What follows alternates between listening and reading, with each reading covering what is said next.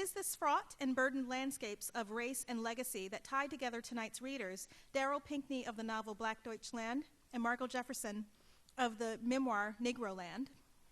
Jed of Black Deutschland is on the fringes of society. Gay, black, having struggled with addiction, he flees from Chicago to what he believes is a city of paradise and promise, Berlin. But in spite of the distance he covers, both temporal and spatial, he can neither escape history nor his future and in the fears and failure that might reside therein. Publishers Weekly writes, Pinckney's novel is a lively, inviting, and beautifully written story of survival by intellect. Darryl Pinckney is the author of a novel, High Cotton, as well as 2 books of nonfiction, Blackballed, The Black Vote, and U.S. Democracy, and Out There, Mavericks of Black Literature. He is a longtime contributor to the New York Review of Books and a recipient of the Harold D. Versal Memorial Award for Distinguished Prose from the American Academy of Arts and Letters.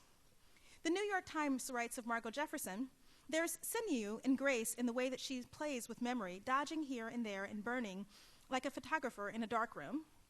Negroland is the story of a girl-turned-woman in the world of America's black elite.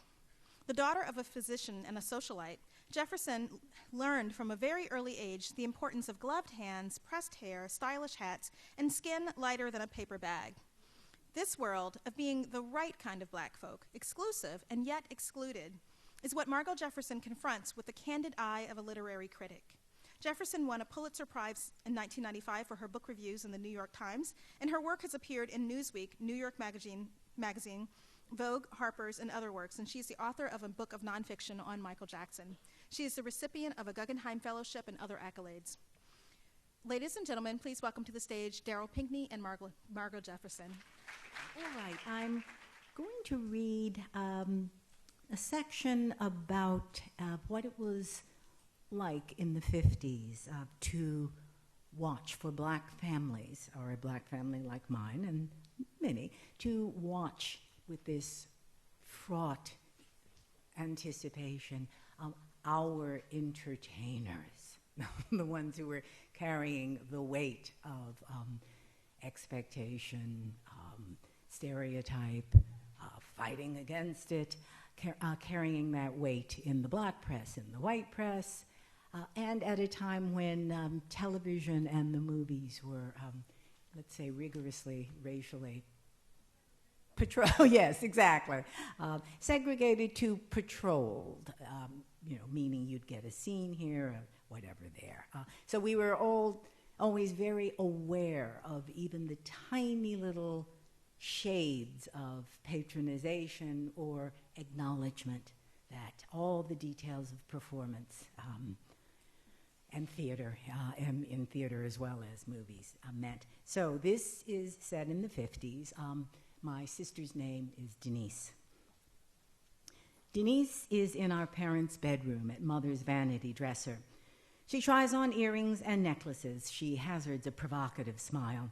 She puts her right elbow on the glass-covered dresser top and places her chin in her hand, her ballet class hand, soft but alert, slightly rounded. Before dinner, she will ask, who do I look more like, Lena Horne or Dorothy Dandridge? I am listening to records. Guys and Dolls, The King and I, Oklahoma. I perform rake bravado, soubrette whimsy, judicious womanliness. The beautiful young lieutenant from mainline Philadelphia has found himself in love with a beautiful brown-skinned girl in the South Pacific. She is Polynesian and speaks no English. We know, though the rest of America may not, that Juanita Hill, who plays her mother, is really a Negro. The lieutenant has learned a lesson I already know, a lesson he sings about with the fearless legato insistence of the wholly sheltered. You've got to be taught to be afraid of people whose eyes are oddly made. Singing along, I make the oddly more staccato and I curl my lip. His and people whose skin is a different shade is earnest and impassioned. I keep the passion, but mute the earnestness with a raised eyebrow. It's weekend television time. Sammy Davis Jr. is going to be on the Milton Berle show. Dorothy Dandridge is going to be on the Jerry Lewis Colgate Hour. Lena Horne is going to be on the Frank Sinatra Timex show. These are seminal moments in the viewing mores of the nation. After dinner, the four of us gather in the TV room. Our parents are on the couch. Denise and I push the hassocks as near to the TV as we can, or stretch out on the floor until we're told to sit up straight. Ladies and gentlemen, please welcome. Sammy Davis Jr. does a swing run onto the stage. He wears a taut, close-fitting suit and rectangular black-framed glasses. My parents saw him live in New York. My father, he can do it all. My mother, he certainly can. Pause. He still has too much oil in his hair. They've talked about how men in show business tend to use too much oil or oil that's too thick. These men don't always use stocking caps either, which settles the hair into ridge waves that don't have to pretend to be straight. Sammy can dance beautifully and sing very well. He enunciates crisply with no trace of a stock Negro accent.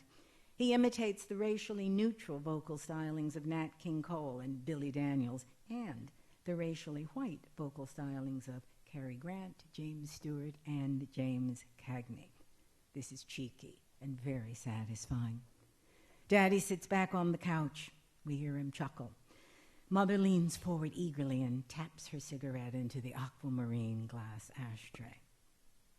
Sammy isn't on his own, though. Not yet. He is followed on stage by two quiet, portly, balding men. He is still tethered to his father, Sammy Davis Sr., and the kind employer of his childhood, whom he still calls Uncle Will. He is still part of the Will Maston trio. He's carrying them along, Mother comments impatiently. The older men have the generic smiles of vaudeville second stringers who learned years ago how to frame the star, keep time, recede, do their specialty step, recede, and exit from stage and memory. They speak with mild and genial Negro accents. They're from an age before television, before Broadway theaters like Ed Sullivan's, where cheerful white people sat, eager to be entertained, before TV rec rooms, before dens where Negro families sat, waiting to be entertained and hoping not to be denigrated. Will Maston and Sammy Davis Sr. are folk art before folk art becomes museum-worthy. It's time for them to go, my father says in a gentle, definite way. Lena Horne's nostrils flare. They do not spread. The bridge of her nose is thin and exact. The nose of Dorothy Dandridge is a little bit fuller, but it's not full. And she has a dimple right above her lips, Cupid's bow lips, maidenly lips. Lena's smile is wide, but her lips are not. She has high, wide Indian cheekbones, so she needs a wide smile. Her top lip is so narrow that she probably has trouble applying lipstick properly, like my grandmother. Lena and Dorothy can wear their hair any way they want. Upswept with bangs and tendrils like Jennifer Jones, shoulder length with wave clusters like Elizabeth Taylor, trimmed to a cap of wayward curls like Ava Gardner, who's from the South and may have black blood. They look glamorous, they look comfortable in evening gowns and fur stoles, like Mother and her friends, but most people don't know we Negroes dress like that. Dorothy Dandridge sits in a studio set apartment. When a woman sings on a television show, she's supposed to be singing in her cute living room or her frilly boudoir. There's a window frame with curtains behind her. She's waiting for her gentleman friend. She can peer into a mirror and pout. She can perch on a small cushioned seat and kick her legs up. She can fling herself onto a love seat. She can pick up a real poodle when the song ends and hug it coquettishly. Dorothy Dandridge wears a pale, ruffled ball gown in her single miss apartment. She has put her hair in a society hostess bun with a center part, and there are 4 strands of pearls around her neck. She looks down as if she's misbehaved, then lifts her head and smiles. "Blow out the candle," she sings pertly. "Blow out the candle. Won't you blow out the candle so the neighbors won't see?" She cups her hands at her waist, clasps them at her throat, Opera singers always do this on TV. Throws her head back just a bit and smiles again. She extends an arm, then flings it up and flicks her wrist. It's almost Spanish. Her shoulders move slightly, no more than a few measures, and off the beat. Then she sways her hips, pretending not to notice their swaying. Just enough, says my mother. She mimes snuffing out a candle like French maids do in operas.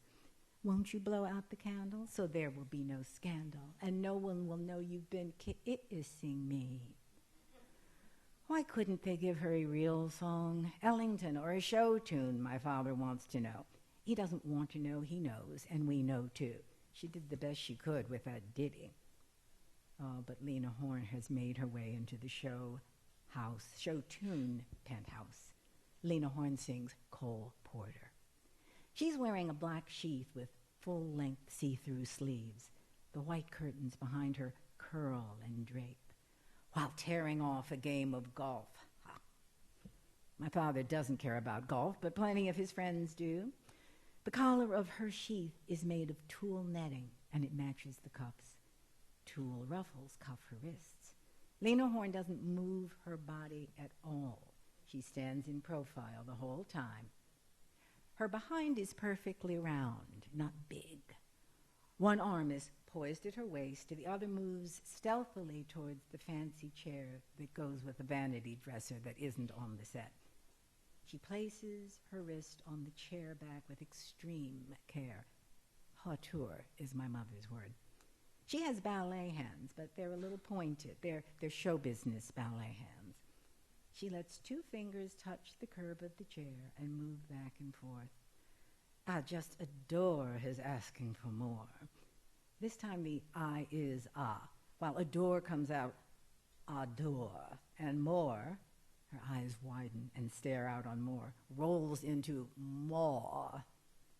The syllables stay crisp, though. They're not guttural. They're a design carved onto the surface of each word. She stretches her mouth open, widens it, and shows her teeth, even and gleaming in perfect formation. She smiles, but curls her lips as she sings, but my heart belongs to Daddy. Then she turns her face away and lifts her chin. For the last line, 'cause my daddy, he treats it so well, we see only her profile. My parents talk about what she does with her face. Lena does mug, they agree, but she can get away with it. She's a beauty. And she used to be bland. Then she married Lenny Hayden. He was a band leader and arranger, a big wheel at MGM. He gave her sophisticated arrangements and taught her how to put a song over with personality, with pizzazz, to rule it, not defer to it. Lenny Hayden is white, but when you see pictures of them in ebony, he's the one who looks grateful. He's always smiling. He's standing behind her most of the time with his white hair and his little beard. Lena knew what she was doing. She never has the lapses in taste Dorothy Dandridge has. One night on Ed Sullivan, the curtains part to show Dorothy in a strapless gown that pushes her breasts up and toward each other and out toward the waiting audience. In a whispery voice, sometimes closing her eyes and sliding her head back toward undulating shoulders, she chants, "He's a smooth operator, a cool sweet potato, and a gone alligator. I'm here to tell you one natural fact. Cha-cha-cha-cha-cha-cha. I like it like that. You drive me wild. You make me shout. Have mercy, Mr. Percy. Now cut that out." "Mercy, Mr. Percy?" my mother repeats when Ed Sullivan has extended his hand, thanked Miss Dandridge, and gone to a commercial break. Why doesn't she just say master and sing it standing on an auction block? Everybody knows Dorothy Dandridge wants to marry a white man. She's never managed to turn a white lover into a loving husband, and she'll never stop trying. Everybody knows Otto Preminger won't marry her, though she hoped he would after he directed Carmen Jones, and she became the first Negro woman to get an Academy Award nomination for Best Actress. Carmen was a wanton, which we resent seeing Negro women play, since most people think that's what Negro women are. But at least Carmen started out as a gypsy in a French opera. 2 years later, Dorothy Dandridge was supposed to play Tuptim in The King and I. Tuptim, the refined Burmese maiden pledged to the King of Siam by her ambitious father, yet loving the gently handsome Lanta, to whom she was first betrothed. But Dorothy Dandridge turned the role down. Tuptim was little more than a slave, she declared, and how the Negro establishment lauded her decision. So Dorothy Dandridge denied hundreds of Negro girls the chance to sit rapturously in a movie theater watching a Negro woman pad delicately across palace floors in oriental silk, turquoise, fuchsia, emerald green, and gold, voice sweetly chanting, eyes faintly slanted, and hair straight and dark as a raven's wing. Exquisite, chastely arousing, worthy of worship, anguish, and sacrifice, played instead by Puerto Rican Rita Moreno. What misbegotten scruples! The enthrallment of a beautiful Asian woman is not squalid. It is refined through ancient rituals of the Orient that white people must acknowledge despite their racial and cultural misgivings. We Negroes long for such an aura. When my school stages a musical review that year that includes the March of the Siamese Children, I get to be one in red sateen, with a top knot, rouged cheeks, and lipstick, eyes drawn to a wide slant with the teacher's blunt makeup pencil. A year later, I watched the Japanese Miko Taka enchant Marlon Brando in Sayonara. He wants to marry her, and in the end he does. It's profoundly exciting. 2 years after The King and I, Dorothy Dandridge will be playing a Negro slave in Tamango and a drug-addled wanton in Porgy and Bess, torn between a brute, a pimp, and a crippled beggar. She will marry a white man no one has heard of, referred to in the Negro and white press as a restaurateur or a nightclub proprietor. My parents mock husbands of stars with undistinguished resumes. Usually they're described as their wives' managers. Jack Dennison runs some kind of restaurant in Las Vegas and will soon be opening one in Los Angeles, we're told. What kind of restaurateuring did he do before he met Dorothy Dandridge with her money and Hollywood connections? He'd never be able to get a white wife of her stature, would he? Thank you. Oh, gosh. It doesn't always start with the suitcase. Sometimes things begin with the wrong book. Berlin meant boys, Isherwood said. 50 years after his adventures among proletarian toughs, Berlin meant white boys who wanted to atone for Germany's crimes by loving a black boy like me. The first time I saw the Mercedes-Benz star revolving over Europa Center, West Berlin's triumphant commercial hub, I knew I was home. I had a room in a hotel near the main West Berlin station, the sort of place where burned-out hippies beat up their girlfriends. I didn't even turn on the light as I tossed in my bag. I hit the heavy-named streets, delight in my stride.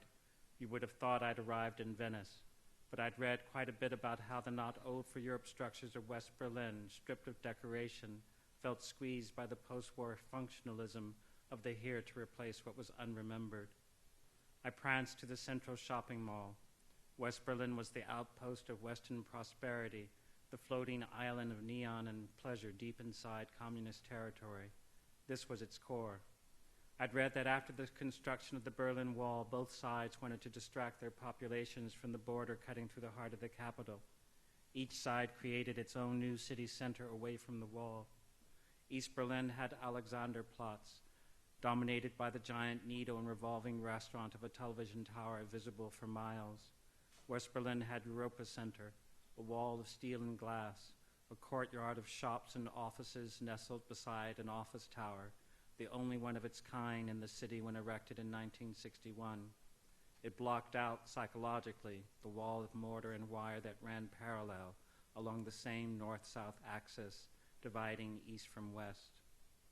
The standing rectangle of office tower looked across the Tiergarten, a vast park that had become as quiet as no man's land because of its proximity to the wall. At any hour, the Tiergarten was filled with boys, silently cruising under the cover of post-war linden or chestnut trees. The tower block was grounded in a narrow plaza. The past sat on the shoulder of everything you saw in Berlin. The ruin of a Romanesque revival spire marked one end of the plaza, chiding the ugly modern octagon of beehive blue glass next to it that was built as the new church and also as a memorial to the old one. Had there been traffic, it would have flowed around this plaza. There the Kurfürstendamm begins, West Berlin's show street that makes a humorless diagonal through the city, along the route Prussian kings took to their hunting lodges. In the middle of the plaza, a round fountain of big beige granite dollops is still running. My very first night in Berlin, the people hanging out around the fountain, young or just long-haired, looked like they'd met at the train station a few minutes before and had walked over to conclude unsavory transactions. Young couples, families of shoppers, and groups of moviegoers kept their distance, sitting under umbrellas at the beer, cola, and coffee tables at the other end of the plaza. The company emblem turned in the friendly sky. Behind the red Mercedes-Benz star, perfectly in line with it as I looped back around, was a pink August sun just beginning to quit. This was the start of the awful 1980s. I saved money from my second job, a telephone marketing gig, for the few weeks I could afford to spend in Berlin every summer. Just before Chicago flipped out because of AIDS terror, I was getting away, but every summer coming back too soon, broke and heartbroken over some kerchief bartender and feeling superior to everything about my hometown. I was leaving pieces of myself in Berlin, like a bird carrying its feathers one by one to a distant nest. In the Cold War days, Berlin was far away, a disco ball behind the Iron Curtain.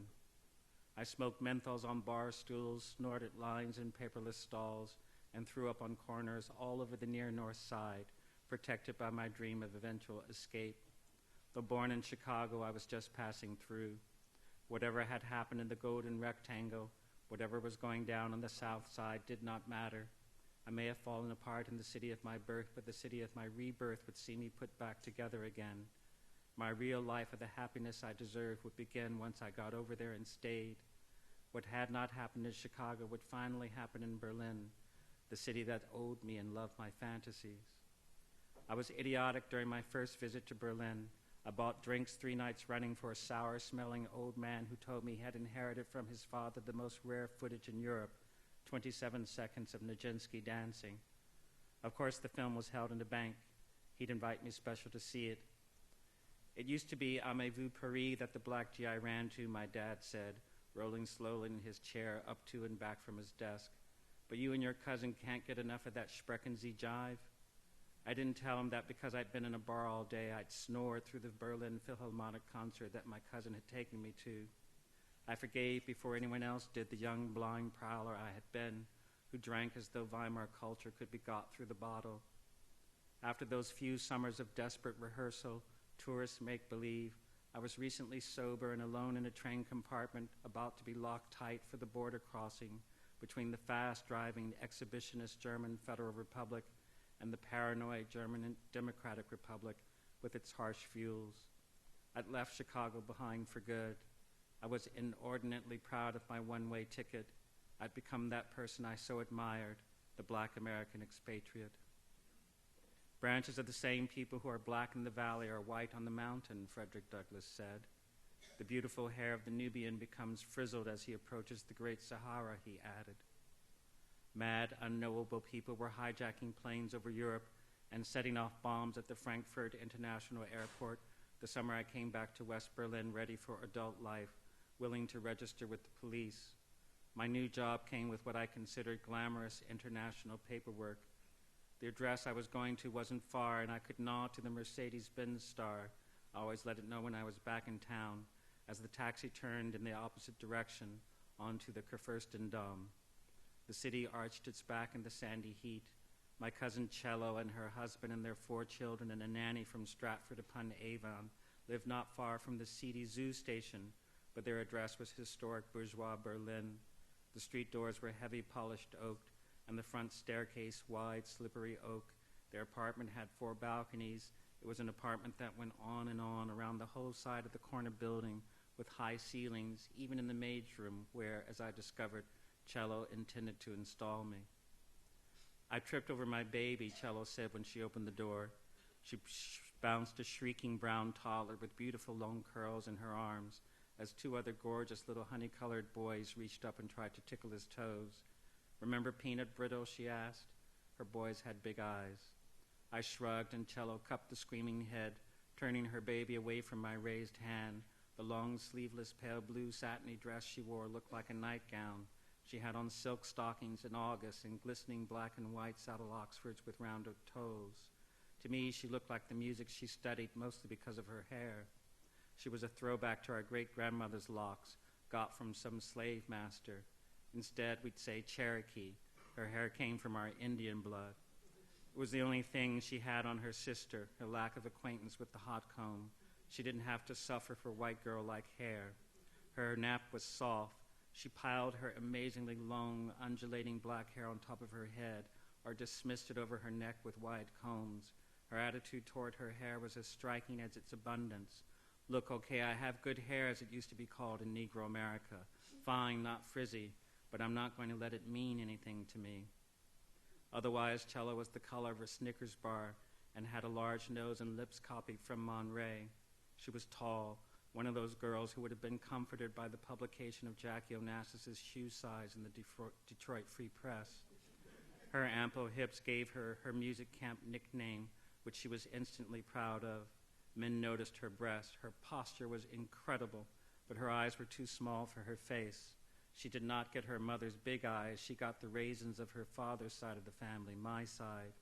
Her glasses had to make up for a lot with their style.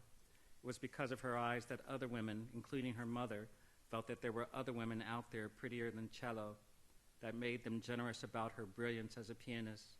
Their approval lapped at the stairs cello ascended when in their presence, her hair in her hands, just like the illustration in an old book we had about a princess in trouble.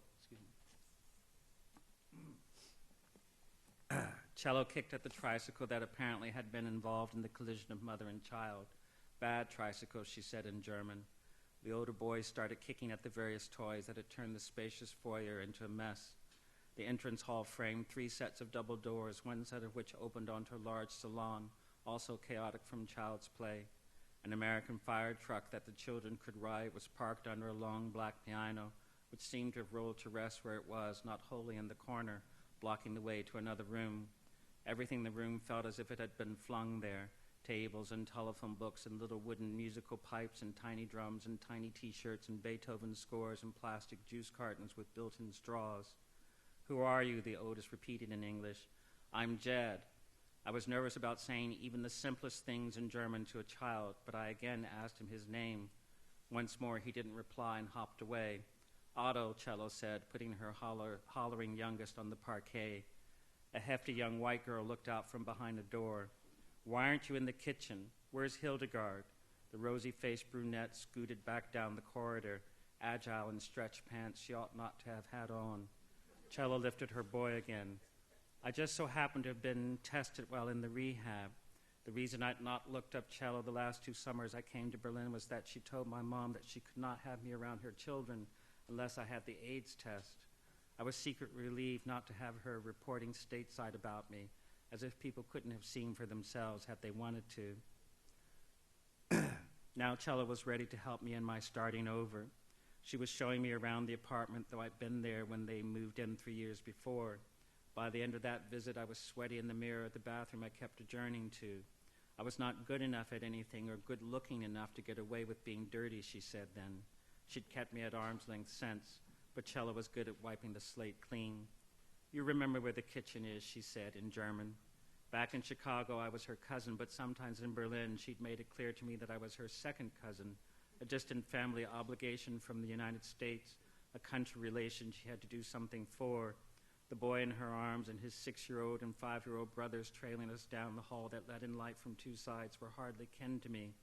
Cello handed Maximilian to the nanny and walked me, her mitzvah, past a pantry, a laundry room, and a bathroom. The corridor turned right. We walked through an open door and sat side by side on the bed. How she had accumulated shawls on her way down the hall, I couldn't say. She folded 3 or 4 layers of delicate stuff over her bare shoulders, Underneath us, the intricate pattern of a lovely white bed throw. Cello sprang up and ushered the children from the room, telling Otto and Conrad to join their sister and brother at the coloring table in the kitchen. The furniture in the bedroom was on a smaller scale than what I was used to. Real Biedermeier with white marble tabletops, the lamps dark Prussian iron. The last time I'd been in that room, there'd been only a camp bed and cartons piled on cartons. I wondered how I was going to ask Cello if I could make some room in the glass case for my own books, which would be arriving soon. I somehow had the feeling that the books had been in that case unexamined for a long time. Every space was taken up. Books were crammed on their sides. Cello didn't read books, not really. She studied scores. Her eyes flashed across bars like a burglar looking at windows for a way in. Yet somehow she had absorbed the vibe of the most important literary works of Western culture. She would have balked to be reminded that her father had this talent. Cello's father was my mom's first cousin. He went nuts in the civil rights movement. Her mother thought she had a singing career, which meant that Cello and her little brother and sister pretty much stayed with us. Cello never could decide what to do with me. After all, I was the only person in West Berlin who'd known her when she was called Ruth Ann, and I'd seen her face during one of her mother's cabaret performances in O-Town in the 1970s. Cello was infinitely more musical than her mother.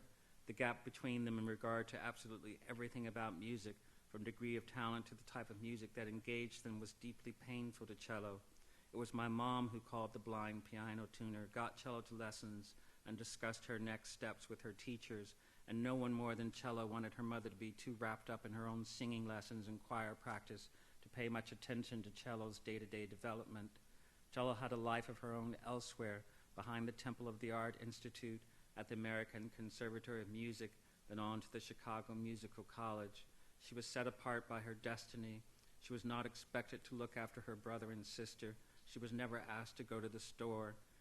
Cello never had a child's free time or an adolescent schedule of lassitude behind closed doors. She ate separately, later or earlier, like the poet's slave Phyllis Wheatley in the home of her doting Methodist owners. Then she'd disappear upstairs. Once we'd finished, she liked to help my mom to wash up.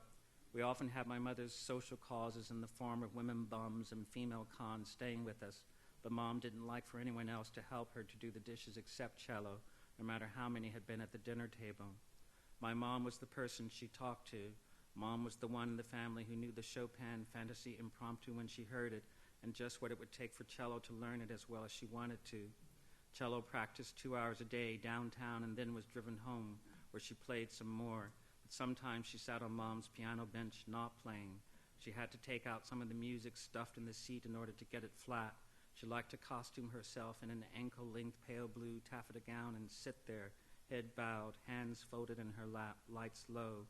Her gift was her sanctuary. She represented Negro achievement, whether a National Merit Scholar in high school or a finalist in the Chicago Stokowski Society competition. Negro achievement took her out of the women's game, out of the black women's game. She renounced the pleasure other girls lived for. Like a sprinter or dancer, she sacrificed everything to the single-minded pursuit of perfection.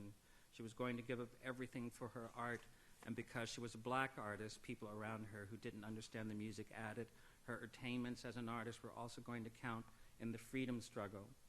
No matter what the Disabled Club president handing her a modest check said, Cello never pretended that her presence at the Mozarteum was as necessary to the liberation of her people as the registration of black voters in Mississippi. I heard her tell Mom after one such ceremony that she'd managed not to laugh at the way the pastor kept referring to J.S. Bach. Not CPE? I didn't get it. She and my mom shared a language I didn't speak. Cello lived on a plane I could never reach. My older brother had his sports zone, which was taken very seriously, but the most anyone ever thought he'd ever get were 2 chances, high school and college, to say farewell as a varsity player. Cello got away, first to Salzburg, then to Boston, and finally to Berlin. She was the only person I knew who lived in that somewhere else I yearned for, Europe. After all that, she did not have the public career she had prepared for, but nevertheless to the family, especially to her mother, who was afraid of her, she was like somebody famous. She was the wife of a rich white man not from where we were from, and therefore not bound by our rules. That made it a stinging judgment for Cello to have returned to Chicago only once in 7 years. Most people assumed she'd given up her concert ambitions in order to have children. Cello never said otherwise. She never talked about the calamity of her stage fright. A long time ago, Mom had wagered that if the fat 12-year-old pianist lost weight, she would no longer lose her presence of mind in recital. My mom devoted herself to cello's problem, and cello responded by throwing herself into a regimen that murdered the evil twin in her head. Cello wanted the concert stage, and Mom figured out that cello could shed the pounds holding her back if she had somewhere to treat the matter privately. Private in this case meant somewhere where no one knew her, which was another way of saying where there were no rowdy, hurtful black youths calling her names. That was the bond between us, the reason we only went so far with each other, the knowledge of what it had been like to be a fat black kid at a mostly white school. Mom arranged through a connection on one of her committees for cello to have private swimming lessons at the medical school. Eat, swim, practice. Eat, school, practice. Eat, practice, sleep. That was why she was excused from meals with us, in order to protect her from the temptations of mashed potatoes.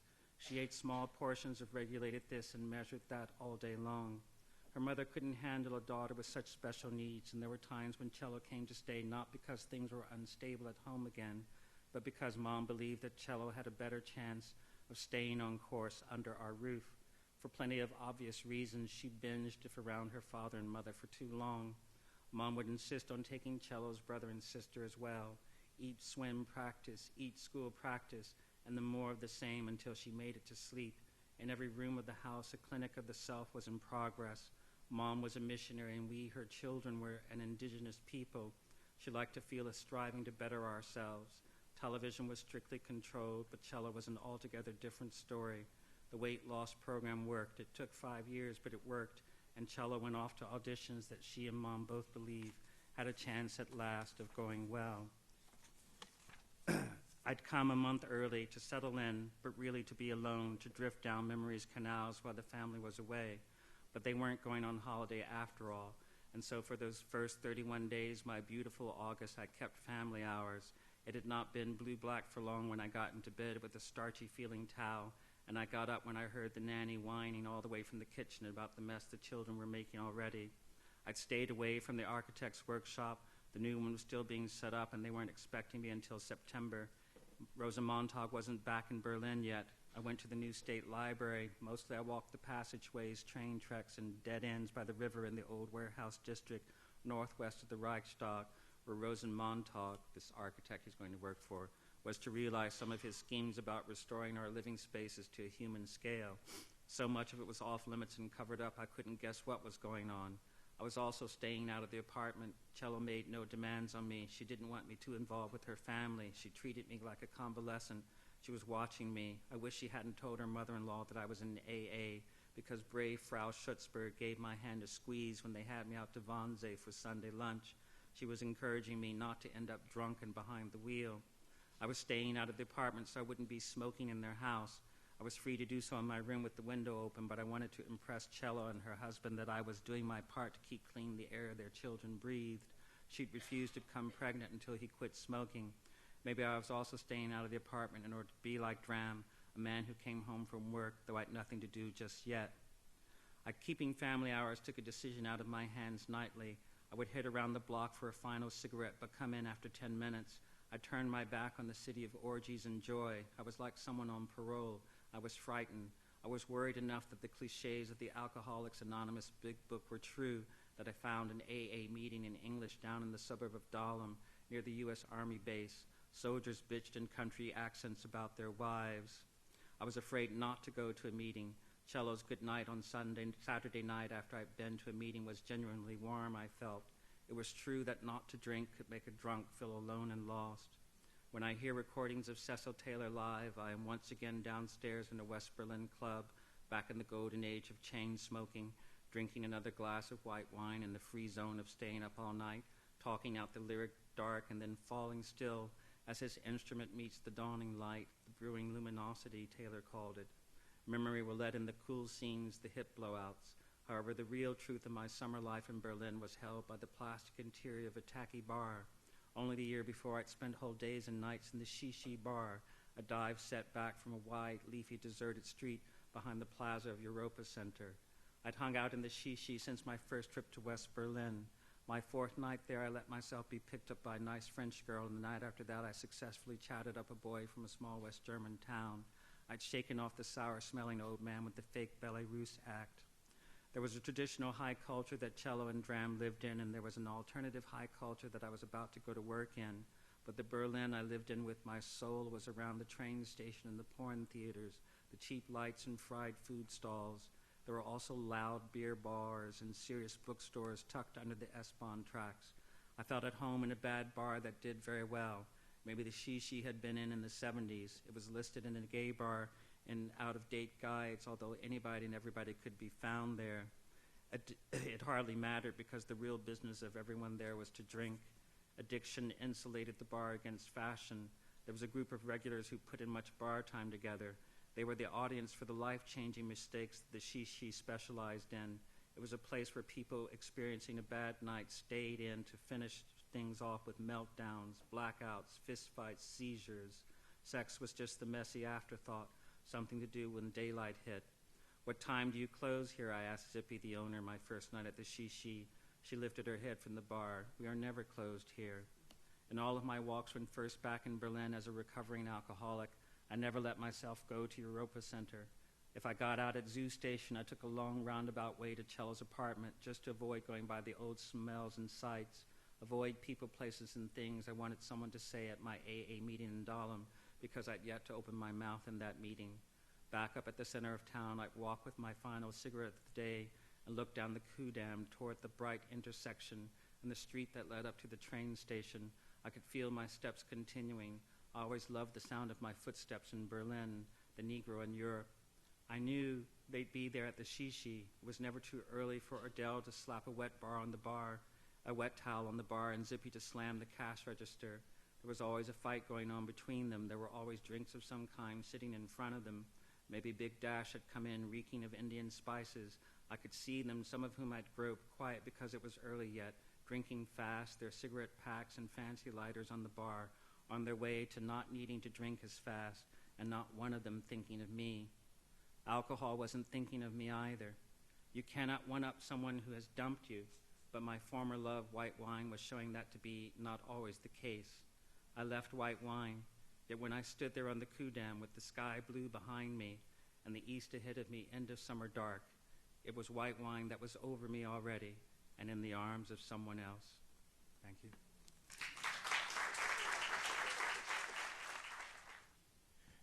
As someone part of the same time and place as Margo, I just had a comment about the socio-political context of Chicago at that time. Three things. One, white male terrorism. When I moved to the second black family on the block in Chatham, my brother and I were riding our bikes, and we got chased home by 20 white boys on bikes. That was their sense of what was fair. And our bikes were nicer than theirs as well. Two, the way we were all together on our block, houses that had been lived in by working class whites, two-bedroom modest places, were later added to by six-bedroom elaborate houses on the same block when blacks kept moving in. And third, the idea that in our homes, we only saw whites on TV, because the insularity meant that we were, all of our service people, all the professionals, everybody we dealt with was black at that time. Thank you. There were small variations. Certainly when my family first moved into Hyde Park, it was the same kind of history. For reasons that are unclear to me, though most of the service people were black, we had a white laundryman who delivered the laundry to the back door and was very amiable, but once ran into my mother at Sears Roebuck, where she had gone to buy an appliance. And they saw each other, they were both heading out, and he cut her.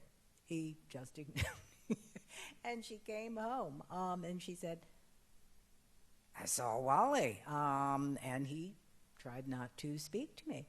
And she said, "I just go to Sears for appliances." And Wally was there to buy everything. And he's the laundryman, and he comes to the back door, and he still snubbed me. So those little, yeah. Yeah, Chicago is a treacherous place. Darryl was And yet, there was also Indiana. that world that, the cellos you go. In fact, I took music lessons at Chicago Musical College. So that, yes. And you went to Interlochen. I did. I don't know anything about Chicago. I just made it up, but she does. Right. So what interests me about Negroland is that the time when you were growing up, these black institutions were very strong, and black Chicago was a very strong place. Yes. Even including, the magazines and the newspaper that are fading in your novel, and were fading by that time. But your education was a mixed race experience Yes, from the very beginning. Yes, it was. And actually that also meant with tenuousness and tension, there were sometimes white friends in my house, and I was sometimes in their house. It was always, it was never as easy as normal, quote unquote, because I think, I know the mothers, the parents on both sides were quite anxious, but you're right, that was there, yes. I'm from Indianapolis, Indiana, which is a whole different deal. My parents used to drive to Chicago to get the newspaper. But I can remember when I was going to school, people were very nice, but the kids who wanted you to come home were Jewish, partly because they didn't know any better, and also because they did know better. Mm-hmm. That's exactly, that's right. That's But right. the And, loss never asked you. often the children of immigrants, Yes. of refugees. Or survivors. Yeah, exactly. Exactly. Good evening. Good evening. I realized that you were very young, but did you know anything about the politics during that time? Are you talking to me? Either. I'll start. Sure. How could you not?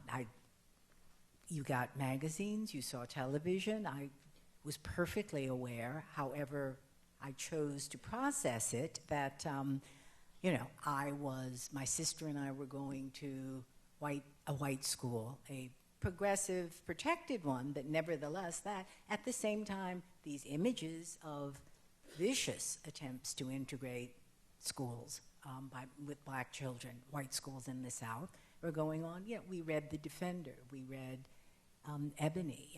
Yes, you saw Emmett Till's picture in Ebony. Also, parents, this is probably true of your parents too, Darryl. Those dinner party conversations that would suddenly turn to race, and the man, and they don't let us do this, and they don't, and did you know that, the Pullman Porters did such and such. Yeah, this combination of history and grievances and, I think for us it was a real change, because before, I think a lot of black families were determined that the young not go through what they went through, and that they kept things from them. But once it was all over the newspapers and everything had changed, right. My parents stopped playing bridge in order to become involved in civil rights. Mm-hmm. And I then went into deep denial about the whole thing, and just... as a child, you go in and out of denial. There's no doubt. I lived in England. Everyone else lived in America, but I lived in England. Well, you so also get this longing, of the black child to enter some larger, dramatic, extravagant universe. Maybe it's going to New York. Maybe it's going, maybe it's going and living in the East or the West Village, and moving between there and Harlem. Maybe it's going to Europe. Some place where you were not encumbered by and yet this birthright. Yeah. That's right. And it was there, but it took on many other kinds of meaning, which could be glamorous. Or difficult. Yes. It was always something you had to live up to. Oh, yes. That you had to be twice as good just to break even. Yes, you did. And that you were always, always representing the race. And you were always being told that. And that your parents did not shield you from. No. And that you may be hanging out with so-and-so, but I remember my father was adamant about various things. He said, you cannot hitchhike. Yes. Your friends can, but you cannot do it. That's right. You really can't. That's right. And, all sorts of things. Boys that couldn't hitchhike. go on now. Girls in college couldn't waitress, because that would mean you'd be treated. Yeah. You couldn't make yourself vulnerable to things they were trying to protect you from. Exactly. Um, To cast, the abuses that come when you are simply viewed as a member of the undercast Negro. In 2000, I got busted in New York for smoking a joint on the street. I was with two women friends from university, and when they put me in handcuffs, I passed out. I know you did. They put us in the Tombs. This is Mayor Giuliani and zero tolerance. It was really terrifying. So I wrote something about it, and I had to tell my parents because they had a subscription to this magazine. My father hit the ceiling. I was in my 40s, and he chewed me out for a half an hour. For being arrested. You can be arrested for protests, but not for drugs on the street. This was really... That's right. He was so disappointed. Oh, I I mean, really chewed me out. And disappointed. Appalled and disappointed. Appalled and disappointed. So it never stopped. So did And literature, here I go on, sort of. Darryl, did literature provide you an outlet for these wants and needs that had to be repressed because of, in order to protect yourself? I refused to read any other book outside of school except The Prince and the Pauper by Mark Twain for a long time. It's the only thing I would read. And then I had an aunt who was visiting, and she had a copy of In Cold Blood lying around. I picked it up, and she didn't take it back, and I thought, whoa. I'm missing some things. Something's and so happening it went on here. from that. So yes, reading did. That's why I sort of, when students say, I want to read to identify, I think, well, okay, but read to take a journey. There is a lot to be said in learning to imagine what has not imagined you. That's the line from your book. Yeah, it is. It's true. You must also have the means, to, in fact, imagine yourself, which involves identification in one way. But I'm to imagine what hasn't imagined you, that is also a set of tools and skills. And it's, yeah. Also, black women grow up very differently from black guys. I realized from your book. I mean, I had two sisters, but I never thought about it quite the same way. This kind of inner life of fantasy and yearning, but the constraint to be a nice girl is like double for a black girl. Yeah. Yes, because you certainly in our time, and I think I've seen some of my students still grappling with this, you were absolutely being raised to combat the, contentious, painful history and a history really of myths and stereotypes that had accumulated around black women. The slave legacy of their being, wanton and loose and not knowing how to be good housewives and mothers. Now that sounds a little foolish, but this was an America living with the ideology of the myth of white womanhood and womanhood, and it really is descended from Victorian times. You were pure, you were virtuous, you brought a higher moral tone and keener emotions to the family, and history, bogus history, had in fact preached that black women possessed none of the qualities required to be an ideal woman.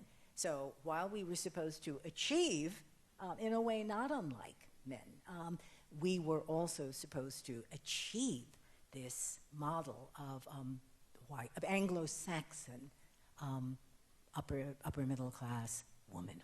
But also, if black women are depicted as animalistic, it justifies the exploitation of their bodies.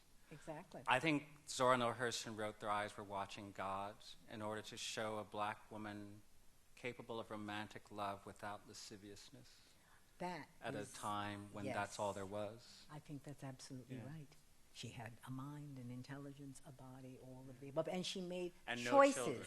No children, and she made choices about her husbands more and more as she went along, And no children. What inspired you to write this book? What should I come away from with it, by reading it? The importance of understanding the story. What inspired you to write it, and what do you want your readers to come away from after reading this book? I want them to have had a pleasurable experience just reading.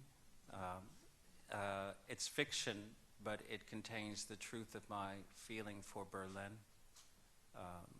In the time of the wall, it was a very special, artificial, subsidized, free zone kind of paradise.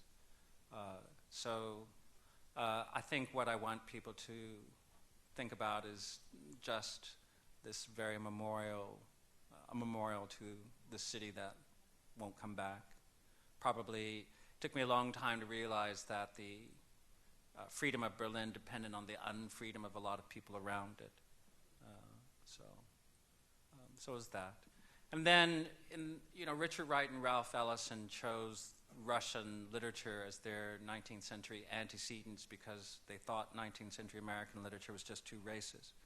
But Russian literature had all the same themes of serfs and identification with Europe and things like that. So these kind of rootless narrators from Dostoevsky were as much on my mind when I wrote this as the Black autobiographical tradition. So you write to honor the books you love yourself. Yep, so you just want someone to think, oh, what a weird book that needs me. I'll read it. And Believe it or not, I think go ahead, also Margo. the complexity of all these cultural and emotional and geographical needs and visions, and they're all meshing and layering. This is interesting. This is important. It matters. Just a question for Professor Jefferson. Yeah. I wonder if you've gotten any commentary from members of other racial or ethnic background regarding similarities or similar experiences that they encountered in their upbringing, whether such commentary might have been surprising or not regarding their upbringing in whatever upper middle or upper income class they might have belonged to. I have, and I think it is these constant tensions between and oscillations between, and race in my case. It could certainly be ethnicity, religion, whatever, and gender. I particularly hear this from women. And class. It's that network, that nexus, and how they stand in for each other and overlap and sometimes mask each other. Yes, and it didn't entirely surprise me because, friends I have had over the years from other groups, we've talked about this. That was a legacy of certain kinds of truths and honesty, and that began to open up more in 60s, 70s, 80s,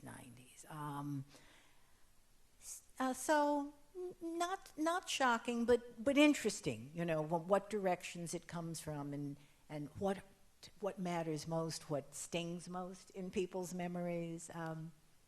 Yeah, it's moving to me as long as we keep clear about the distinctions and the subtleties and differences. It's moving to me that people bring their own memories and imaginations and factual memories to this and come at it in different ways from different angles. Well, we're only getting started, but unfortunately we have to end. Please join me in thanking Margo Jefferson and Darryl Pinckney. Thank you for coming.